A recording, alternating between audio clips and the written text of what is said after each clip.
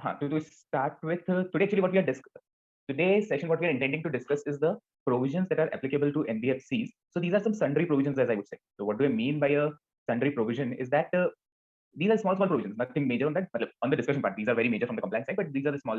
So those all sessions we'll discuss today.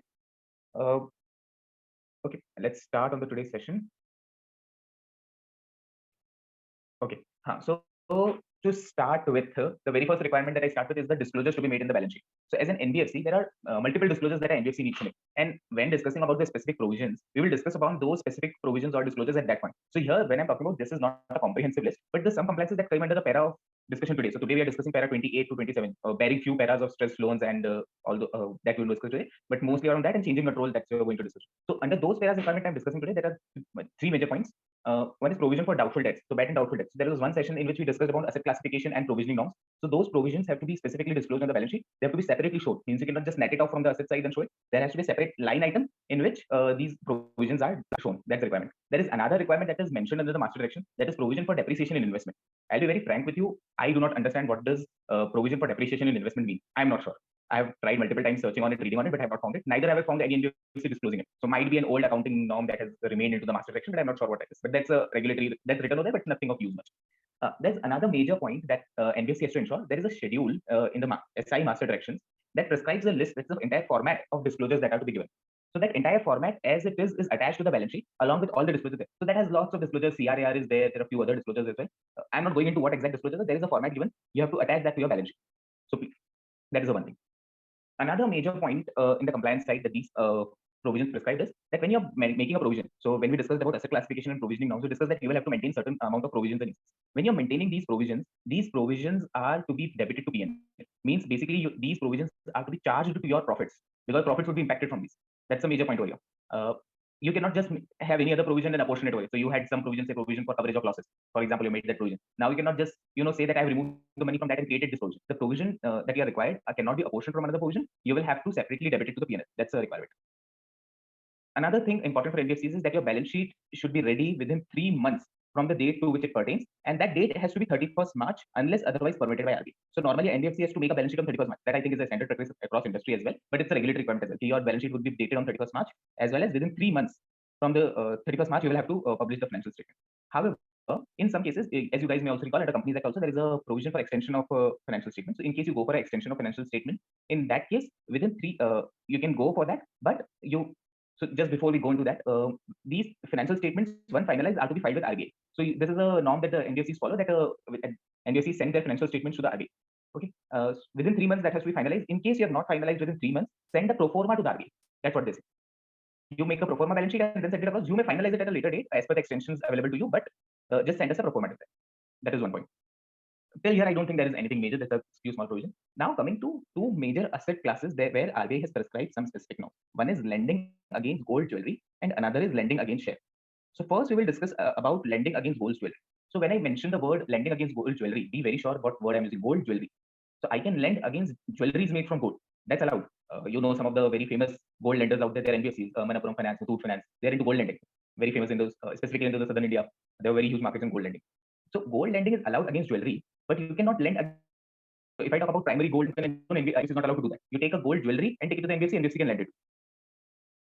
Okay. Then another thing is you can also not lend for purchase of gold. So what do I mean by you cannot lend for purchase of gold is, or gold in any other form? That I go to the NBFC and tell them I need a loan to buy the gold jewelry. That's not allowed. I have a gold jewelry. I can pledge it, get a loan, but I cannot go to NBFC and tell them I need a loan to buy the gold jewelry. See, when you go for a car loan or a housing loan, NBFC provide those as well. But there you go to you take that loan, and from that loan itself you buy the asset.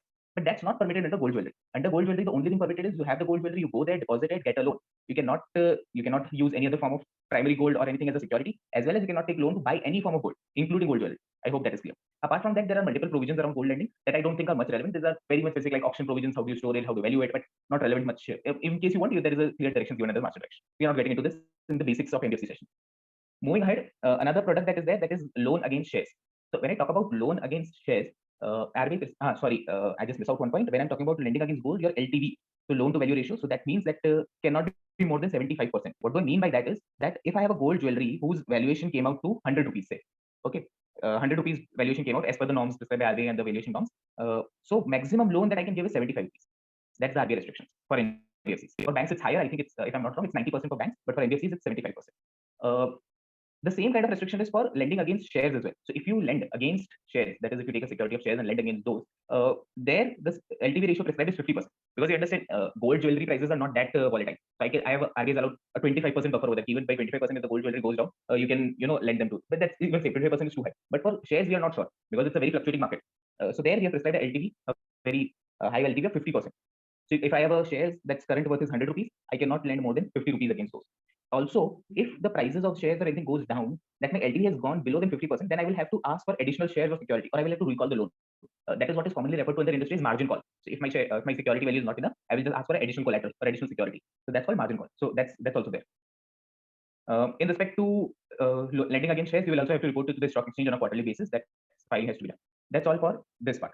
From here, actually, I will move to the dividend. What are the provisions that are applicable to the NBFCs for declaring dividend? Before that, any questions till now? I think this has been pretty direct regulations. Anything you want me to further elaborate on, or further questions you have till now? Okay. So when we talk about declaration of dividend, RBI has prescribed certain norms. NBFCs are not generally not given a full view to go and declare dividend. Now, why to regulate declaration of dividend? The very first question. There are limits, there are regulations around that. But why? What's the need of having a regulation in place for declaration of dividend? See, you understand, when I'm declaring dividend, actually I'm moving out money from my NBFC to outside. Okay, so basically I'm paying out the shareholders. Here, dividend actually has two concerns. One is I moved out liquid cash from my NBFC. So if my NBFC is in trouble, it might further face issues because of the cash gone out. Another thing is dividend actually pays out equity holders. Now, you all understand that the equity holder, if in case of default, the liquidity holders are paid in last. It is the loan holders who have the first right of repayment. So dividend can be a way to funnel out money when the NBFC is in difficulty. So if an NBFC is going into difficulty, just funnel out money through dividends. That can be a way. I'm not saying it's used. I'm saying it can be a way. So regulating NBFCs and on the dividend side is very important. So what does RBI prescribe over here is that when you're declaring dividend, the board has to declare dividend. So when the board is declaring dividend, first they will see that whether RBI has raised any concerns on the classification and the provisioning norms of the company. Means what are the practices followed by them on the classification and provision. What are classification and provision norms? We have discussed in the previous session. If RBI has raised any concerns on them. Another is if the auditor has raised any qualification on their financial statements, they have to consider that as well. Also, the long-term plans of NBFC. As I mentioned, that basically when you're declaring dividend, you're moving out money out of your NBFC. So the plans of the NBFCs for the future are to be considered by the board. So when declaring dividend, board has to consider these 3 points. Of course, this has to be properly monetized in the meeting that the board has considered these points for an NBFC. Apart from these are the broad considerations. This is like the advice. Okay, when you're declaring, consider these points. I'm not putting up any restriction. Just consider before these things. However, there are few limits that the RBI set. You have to comply with those limits. So what are those limits? That you are complying with the capital adequacy norms for the last 3 financial years. That's a must requirement. Now, what are capital adequacy norms? I know we have not discussed it till now, but in the future sessions we'll discuss in details what is the capital adequacy norm. Till now, for here, just remember that your capital adequacy norms has been complied with for the past 3 financial years. That's the one requirement. Another requirement is that your net NPA. Now there are 2 terms here. What is GNPA and another is NNPA. NPA you all know. In the previous sessions we have discussed what is NPA. So NPA, I think you all guys are aware what is meant by NPA. Now there are 2 terms, GNPA and NNPA. When I talk about GNPA, so that's basically gross NPA. So what are the NPA amount, or what are the amount of loans that have become NPA? That's the GNPA. Say total of my 100 rupees of worth of loans, means value of loans, crossed 90 DPD, so they became NPA. Okay, so I have an GNPA of 100 rupees. However, I have maintained a provision of losses against those NNPA for say 30 rupees. So my net NPA remains 70%. Your 70 rupees. So NNPA is basically GNPA minus provisioning. That accounts to NNPA. So here the requirement is that your NNPA is not more than 6%. Now the point to understand here is that the restriction has been given at NNPA. So if your NPA levels are too high, see first the 6% limit itself is very high. If you're having 6% as an NNPA level, actually your company is in trouble. It's in huge trouble. Then it should not be that high, because how will you make money if you're 96% of your loans default? But anyway, even in case we have not put a restriction on the NPL levels, your NPL levels can be much higher. The only thing is you need to cover it with the provisioning. And as I mentioned earlier, this provisioning has to be debited to your P&L. So actually, when you have appropriately, covered, charge your profit, then it's fine. I hope I'm coming out clear. It's a little bit linkage over here. That NNPA not more than 6%. If my GNPA is much higher, I just need to put a provision. But this provision has to be charged to profit and loss account. So, and what is dividend? Basically, apportionment of profit. So that's a link that the RBI said. So they have put up that NNPA should not be more than 6%. Another is you have complied with the directions of RBI. Also, you have complied with Section 45 IC. So what does 45 IC of Reserve Bank of India Act precise? It's basically says that a reserve is to be maintained by the NBFC. So what they have to do actually is a particular amount of money that they have received is to be parked in a reserve, say 20%. So if you earned 100 rupees in profit, you create a special reserve. It's called in 20%. This reserve can only be used by the permission of RBI. So that's a statutory reserve that you have to create. I hope you all understand the difference between a provision and a reserve. Okay, when you talk about provision, these are basically amounts set aside to cover any future losses. When I talk about reserve, these are basically my earnings that I've set aside for any specific purpose. So these are two, there is a difference between them. That being said, another restriction that RBI says is that there is a restriction on the dividend payout ratio. What is dividend payout ratio? That your dividend payout ratio should not be more than 50%. What is dividend payout ratio? That whatever my earnings are, how much of that earnings I paid out as dividend. That's simply dividend payout ratio. Say I made a profit of 100 rupees and I declared a dividend of say 6 rupees. So my dividend payout is 6%. That's a simple. So RBI says the dividend payout ratio cannot be more than 50%. Your dividend payout ratio is restricted. 50% is again a very high. If you're earning 100, you're declaring dividend of 50, it's just too high. No company does that. But RBI set a limit at 50%. Over here also, RBI has set another exemption. They have said that if you do not have public fund or customer interface. Now, what is public fund and what is customer interface? We have discussed in details in the previous session. That if you do not have public funds and customer interface, you do not have to comply with this 50% limit as well. You're free to declare dividend. Till here, I think it's clear. Now, coming to the point, what if my capital adequacy is not complied in the last 3 years and my NNPA is more than 6%? What do you do? So if you're ineligible to declare dividend because of these two conditions, RBI has given an exception only for these two conditions. Other conditions you have to still comply with the section 45 IC and complying with the direction of the RBI. But these two conditions, if you become ineligible, RBI said you can still pay out dividend subject to 3 conditions. One is you need to comply with the capital adequacy this financial year. This year you have complied with the capital adequacy norms. Your net NNP for the current financial year is not more than 4%. Okay, your current year's NNP is not more than 4%. Also, your dividend payout ratio for this year would not be more than 10%. हमने बोला कि भाई अगर आप 2 regulation नहीं comply कर पाए ना, स्टिल पे आउट कर सकते हो, 10% से ज्यादा पे आउट मत करना, but subject to these two conditions being fulfilled. ठीक है. इसके अलावा एक चीज आगे बहुत स्पेसिफिकली बोला भाई कि अगर आप ऑलरेडी डिक्लेयर करके हमारे पास या डिक्लेरेशन के बहुत पास में आके हम लोग के पास हेड ऑफ परमिशन मांगोगे कि भाई हम लोग कंप्लाई नहीं कर रहा, परमिशन दे दो ताकि हम डिक्लेयर करता है, तो we are not going to give. RBI that's very clearly written the provision कि आना ही मत, नहीं देंगे permission, because it's a very sensitive matter. Another is जो भी आपने dividend declare किया, you have to report to RBI. There is a format prescribed for it. You need to be filed. That needs to be filed with RBI on I think on a fortnight, 15 days. You have to file it out with RBI. Okay. Till here, any question, queries before we move ahead? Okay. Another norms over here that comes is concentration norms. Now, what do concentration norms say? Concentration norms prescribe that certain limits on the investment or lending that can be done to a single party. So if I here also where I have an asset size, RBI doesn't want you too much concentrated or you too much investments or loans are into a single entity. So previously there were 2 separate limits for lending and investments. I mentioned them on the screen.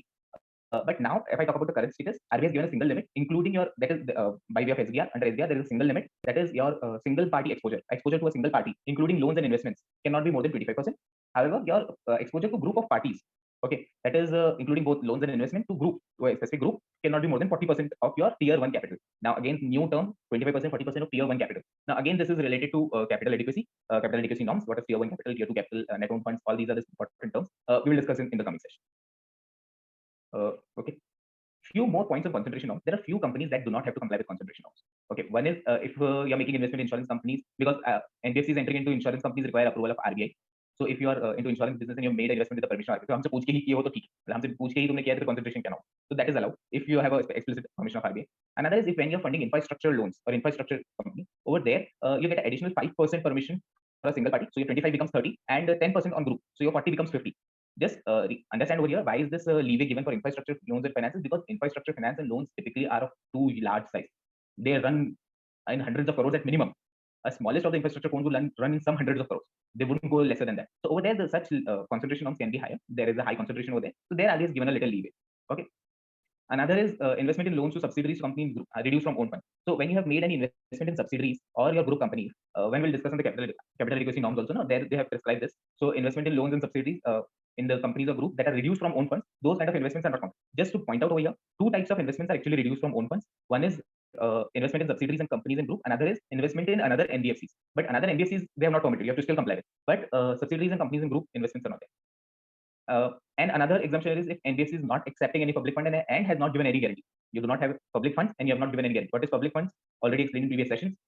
What is guarantees? You all know. I hope you all know. Okay. Another compliance is very important. So whenever there is a change in your company's functioning, you need to intimate to RBI. Their prior approval. So these are very critical. This is a very critical norm. Okay. So what does RBI say is first, very simple. In case there is a change in your company's address, your director's address, your director's name, your change in your principal officer, your auditor's name or address has changed, your authorized signatory has changed, or your authorized signatory's signature has changed. All these things have to be intimated to RBI within 1 month, because these are the very things that they would need on a regular basis. Because the authorized signatory would be signing the document, so they need to know about them. Your auditors, they might need to communicate with them, so they need the details of them. So all those details, there is any change within 1 month, intimate to RBI. That's it. Now, one important provision that I think we'll be now discussing is prior approval of RBI. So these we call change in control provisions. Okay. So when we talk about change in control, what do they say is where there has been a change of more than 26% of your paid up share capital, you would need a prior approval of RBI. This is a very important. You will face this question quite a time when dealing with different people. More than 26%. If there is a change in your paid up share capital, you will require a prior approval of RBI. Now, why so? Because you understand, when RBI gives a license to an NBFC, it provides those license to particular person to do the financial business. I have mentioned in the previous session that financial business is very critical. It's a very crucial business. Hence, it's very highly regulated. So financial businesses, not everyone can be allowed to operate into financial business. So as we had given license to a specific person, so what can I will simply give you an example. Imagine Anirudh started an NBFC. RBI did his assessment. RBI found okay, Anirudh is particularly eligible to run an NBFC. We are fine with giving Anirudh the license for running an NBFC. What I will do is I will go and buy NBFC from Anirudh. Now, RBI has not assessed me, my capabilities. RBI has assessed Anirudh's capability. So here, it becomes a little difficult to regulate because I am not allowing anyone to get into financial sector and operate into financial sector, get loans, and pose a risk to my entire economics. Okay, so here they have put a restriction that if there is a change of more than 26% in your capital, go first, come to us, take our approval, we'll do all the reviews, we'll do all the checks, and then we'll grant you the permission to act. Here, I would also want to point out 26% of what? So what do I take as a base? So I understood it's the change. So how many shares change? That acts as a numerator. What goes in the denominator while calculating this 26%? So the normal norm is that the last approved shareholding from the RBI. That has been the RBI's consistent view. So the norms simply say the change of 26%. Now, these norms also include one go 26% as well as the cumulative increase over the period. Please understand that 26% from the last approved shareholding. So you went once, you started an NBFC, you got an approval. So this entire shareholding you currently is approved by RBI. So your 26 up to 26% changes are allowed. However, going forward, say you made some changes, it was less than 26%, you did not take approval. Might be you crossed 26%, you took the RBI's approval for changing control. That was again fine. After that, there might be again changes. So 26% from the last approved shareholdings by the RBI, you need to get. The same applies to directors as well. So if the directors of your companies, excluding your independent director, there is a change of more than 30% of your directors, excluding independent directors, you need a RBI's approval.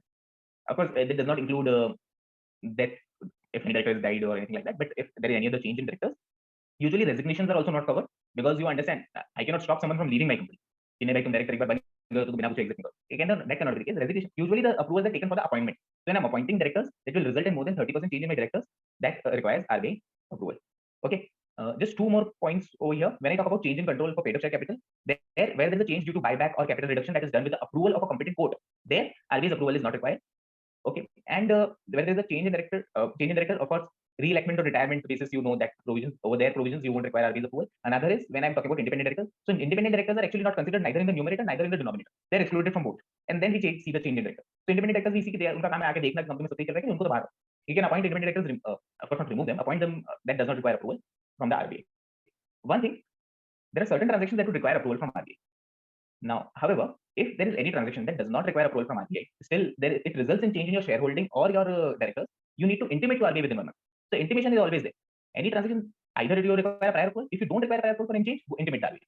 See, these provisions are very important. Understand this. Tons of times we get queries around structures. Some of the investments do not go through because they are breaching these limits and they are not very comfortable going to RBI process. Because you see, RBI approvals take time. It's not an easy process. It will take months. And apart from that, not everyone will get that approval. You need a very strong profile to get that approval. So it's a very big job. Hence, it's a very important consideration when dealing with numerous type of transactions, investment transactions. We face queries on these a lot. It's very crucial around that. These are the major provisions that we discussed today. So to summarize what we discussed today, we discussed around some of the disclosures, some norms around provision. We discussed around norms for gold lending. We discussed norms for lending against shares. We discussed norms for declaration of dividend, concentration limits we discussed, and we discussed change in prior control and change in management. These norms, quite a lot of norms in one session. Usually we discuss 1 or 2 specific segments. Today we discuss a lot larger array of regulations in today's session. So that's it from my side for today's session. Okay. Now starting with